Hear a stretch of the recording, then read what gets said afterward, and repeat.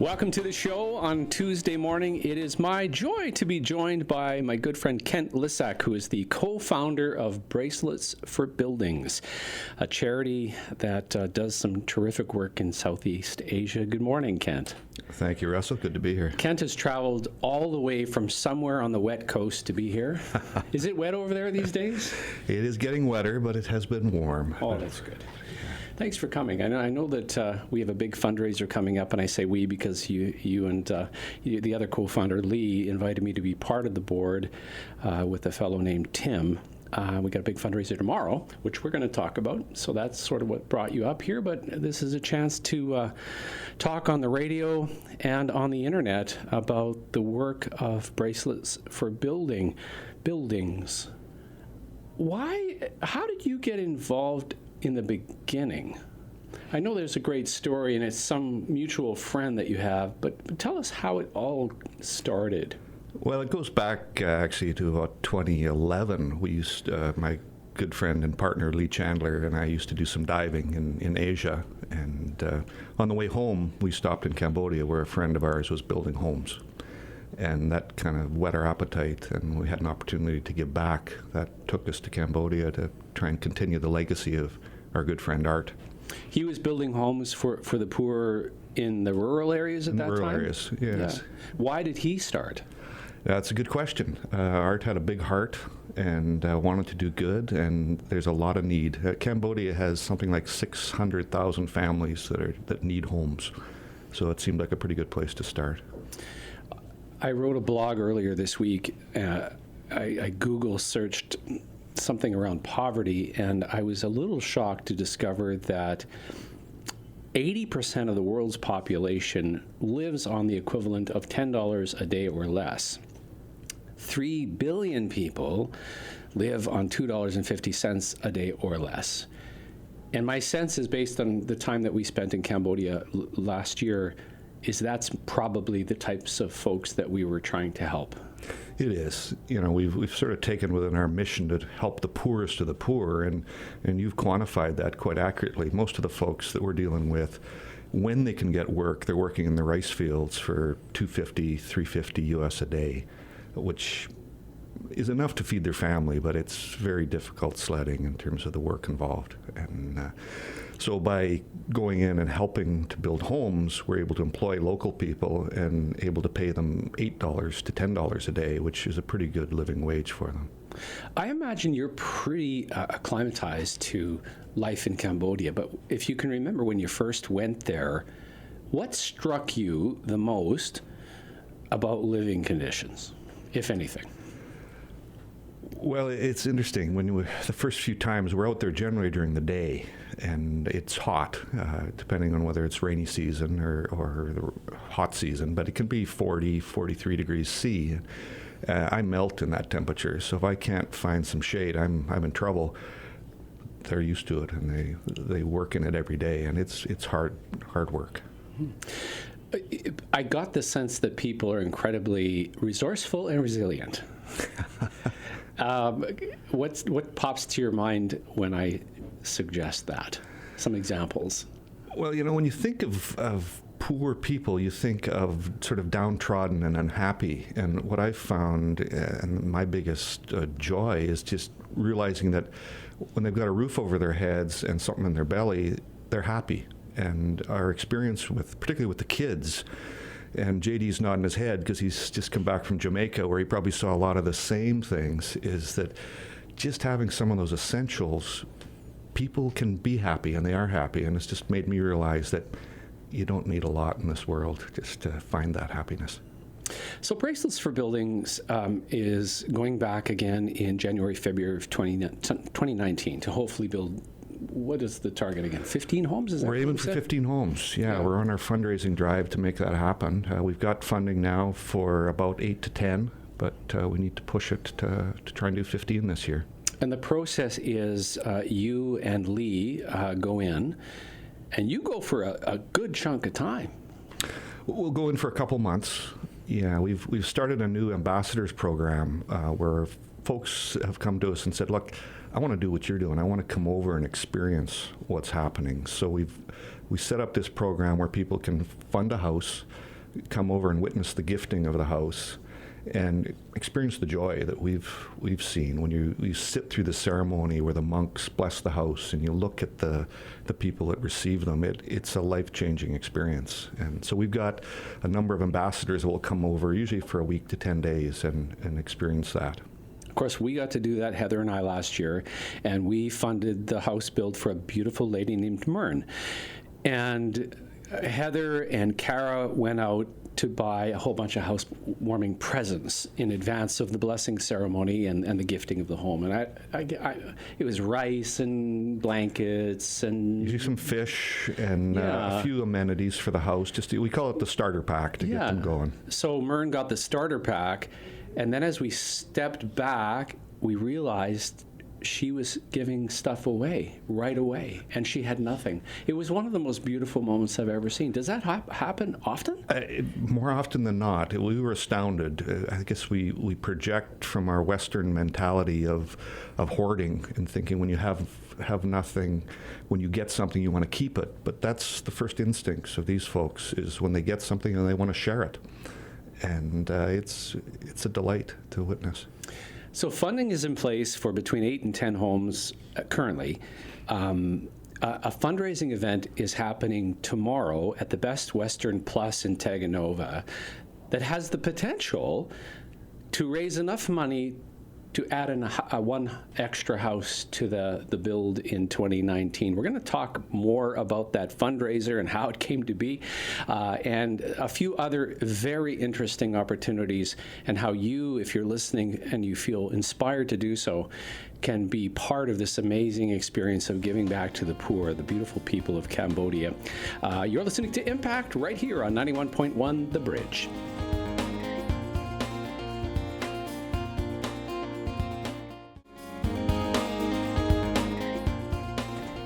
Welcome back to the show. We're talking about the impact that people can make helping the very poor in the beautiful country of Cambodia and Thailand and Southeast Asia. My guest this morning is Kent Lissack, who's the co-founder of a charity called Bracelets for Buildings.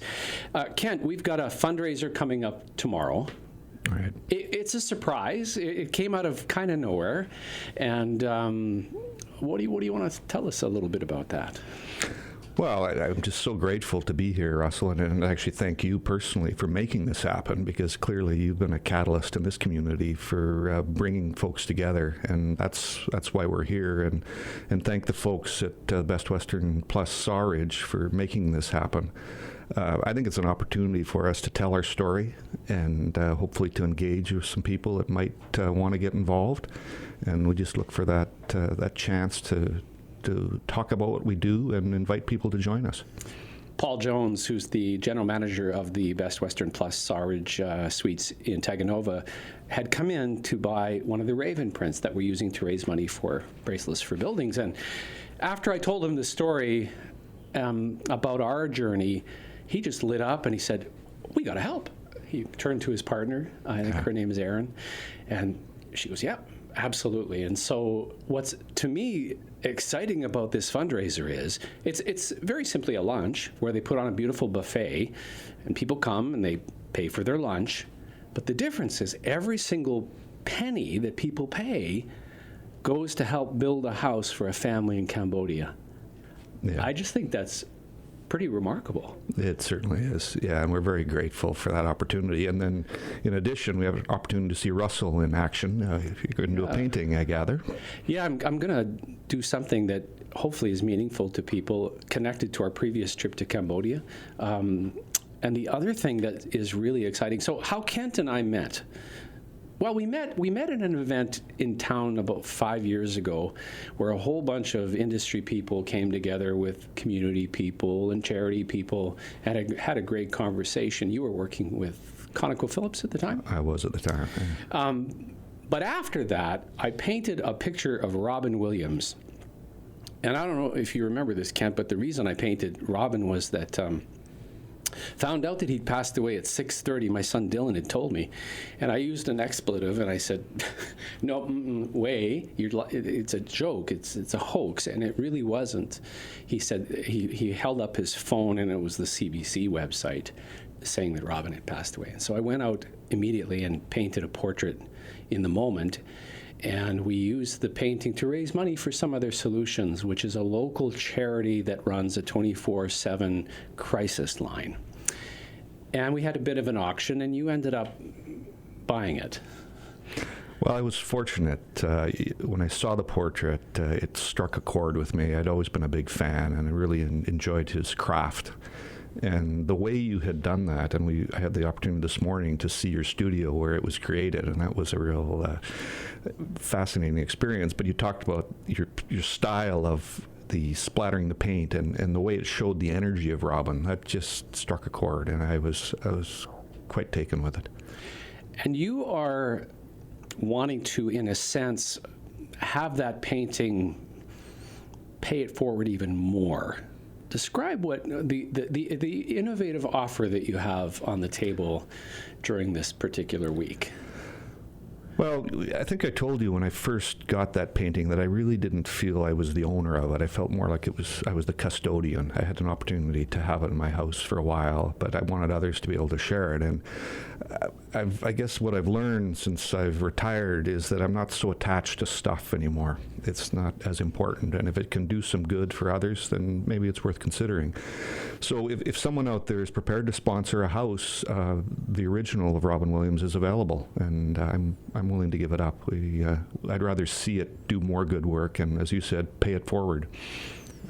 That's an incredibly amazing thing to offer. So if you're interested, what we're going to do is whatever I paint tomorrow, in addition to a few other works that we're going to contribute to the cause, we're going to have an online auction, and we're going to include the original of Robin Williams in that auction, with the starting bid being the price of a house. Now, we should probably clarify it's not the price of a house in Canada. Yeah. Because it's a very different price in Cambodia. Talk about that a little bit. Well, we probably call them more like garden sheds, frankly, by our standards. We're talking about 3 meters by 4 meters on stilts to withstand the weather and the flooding. We can put these homes together, depending on whether we have to put in sanitary and toilets, for about $3,000 US, roughly 3,500 to 4,000 Canadian. And that gives enough room for a family of 4 to live. So by our standards, it's pretty small amount of money, but it can change a life and the life of a family.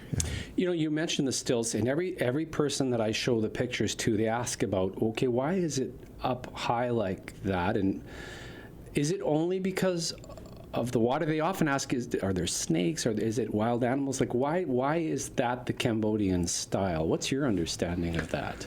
Well, it's weather-driven. During rainy season, it can rain 3 or 4 inches in a day, so flooding is not unheard of.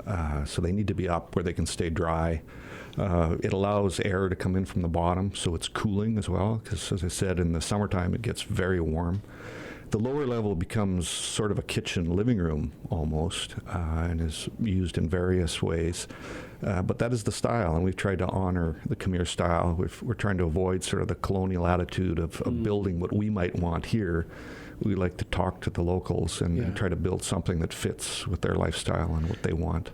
While the two kinds of houses that you built are similar in price, there's a bit of a difference. But can you explain the difference between a prefab home, is that what we call it, and a stick-built home? Because when we were there, we saw two very different kinds of homes going up. Yeah, we've tried to offer a couple of options. Part of it is for efficiencies, and that we work with local crews, and we found a group that was building for the Cambodian Children's Fund, and they had developed a model that was prefabbed and then assembled in the field. And they can put these up. They're steel and they're welded together in the field in about a day. And we have some footage on our website that shows a time lapse of this, and it's like poetry in motion watching these guys put them together. And then in addition, for larger families, we build something that's a little bit bigger, and it usually takes 2.5 to 4 days to build, and that's generally made with lumber.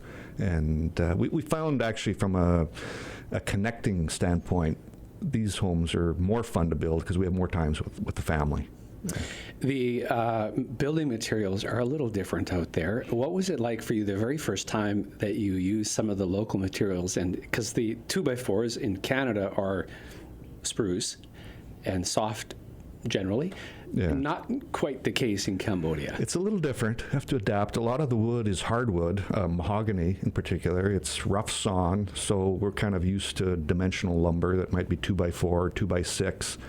I'd say that's kind of a guideline over there. It could vary plus or minus a half inch here and there. And when you first try to drive a nail into it, you'd be very lucky to get it through. Most of it has to be pre-drilled, which can be a bit of a challenge. But, we work with the local guys. They laugh at us. They call us Barang Shakrut, which in Khmer means those crazy foreigners. And we sort of work together and learn their style. We try to teach them a little bit about what we know. And together we come up with a hybrid that hopefully builds something that'll fit for the families.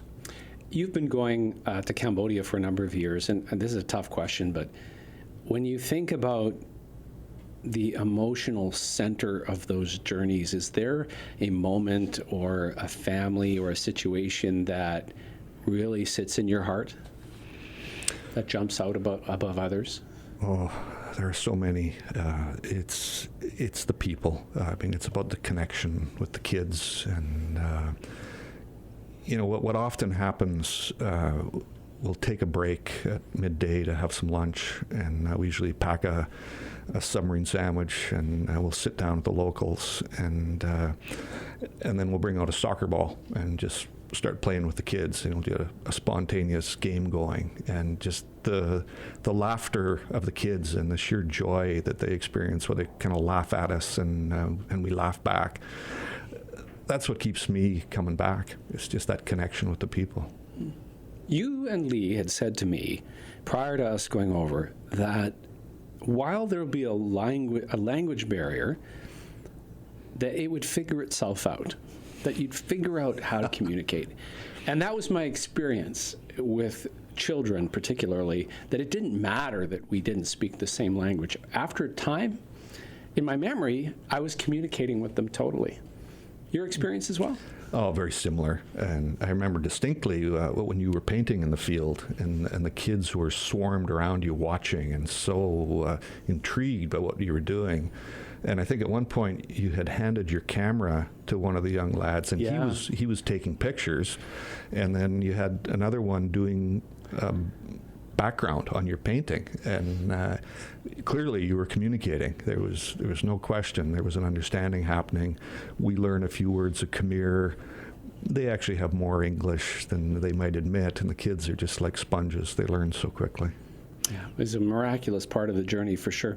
There is an opportunity for you, if you're listening, if something about this is ringing true, to be an ambassador. If this kind of experience speaks to your heart, being an ambassador means funding the build of a home around that 3,500 to 4,000 Canadian mark, and then getting yourself over there. Is it too late for ambassadors to express an interest for the next season coming up? Oh, not at all. No, we've got plenty of room. Our building program starts January 15th through to March 15th this year. So we have a number of slots available. If people are interested, we'd love to talk to them about coming over. We've been able to connect with a number of the local guides and tour operators so that we can put it together with a holiday, spend 5 days with us and witness the building and the gifting of the home, which is life-changing, I think, and then have the opportunity to see some of the wonders of the world, Angkor Wat and various other temples in and around Siem Reap where we build. Just a fascinating part of the world to experience. Our guest this morning is Kent Lissack, co-founder of Bracelets for Building, a big fundraiser coming up tomorrow at Best Western Plus Sawridge Suites in Teganova from 11:30 till 1:30. It's a fundraising buffet. Hope you'll join us. We'll come back with more of Impact right after this.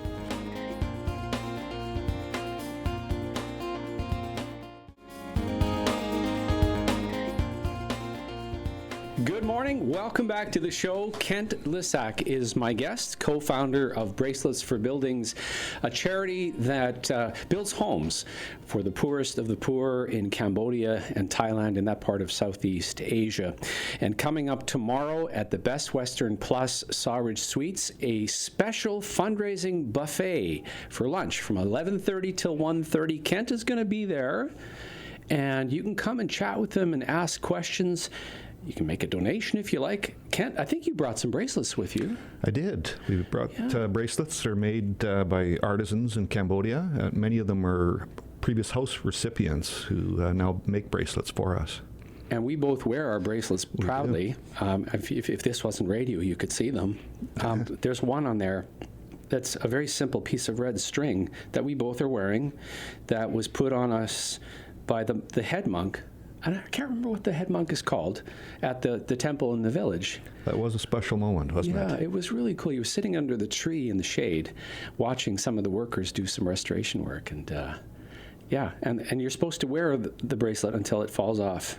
Is yours starting to fall off yet? It's withstood a few showers. Yeah. You know, people say, why bracelets? You know, how does that connect to building? And, you know, it was actually my partner, Lee Chandler, that came up with the idea. And he said, you know, they make these and we buy them. And when we wear them, it reminds us about how lucky we are. And so we tried to connect the dots on that. And so every day I look down and it's sort of a little bit of a kick in the butt to say, what are you doing to help somebody else? Yeah. That was going to be my next question, because I was reflecting on the fact that most of us get to go to home at the end of the day and walk up the front set of steps and open a door and walk into a place where we have a room for eating, a room for watching television, a room for sleeping, etc. And in Cambodia, they have a room. Many people that are poor, people that are not poor. It's a much more simple kind of lifestyle. So my question is, what do you think the value is of somebody going over to Cambodia and seeing firsthand and experiencing the warmth of the people and comparing it to how they live versus how we live? What do you think the value is? I think it's grounding in many ways. A lot of it is about gratitude for me, just appreciating what we've got and realizing how lucky we are. I remember when my wife Kara came over for the first time, and she witnessed the passing of the keys in the lock to a young woman who was a mother of 4, and she hung onto this lock very carefully, and we watched her, and she went and she put it on because we realized for the first time in her life she had a place she could lock the door and be safe with her children.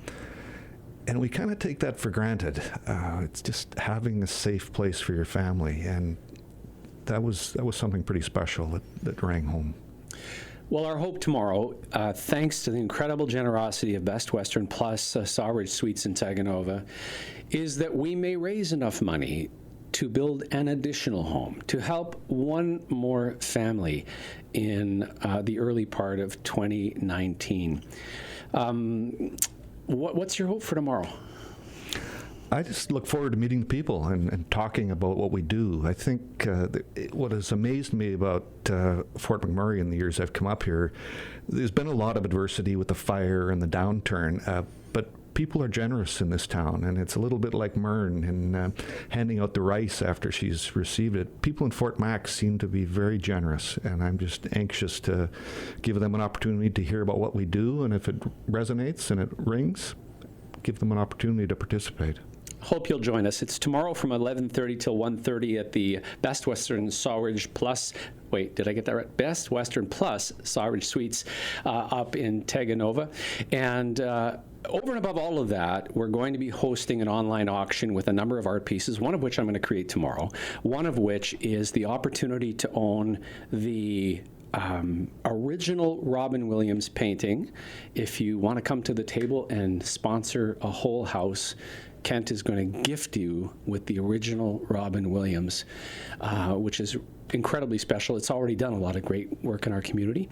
The other thing that I'm going to do is I'm going to have a special print made for that auction as well, and I'm going to make it an artist proof. So I'm going to do some hand work on that and make it a one of a kind. We're going to add that to the auction as well, because ironically, I wasn't able to do a really great photograph of it way back when I first started painting. And so, because Kent brought the painting with him, we're going to have it on site too at the hotel coming up tomorrow. Kent, thanks for coming in. It's been a real pleasure. And Thank you. Thanks for the opportunity to be a part of this wonderful journey. We appreciate your help. Thank you, Russell.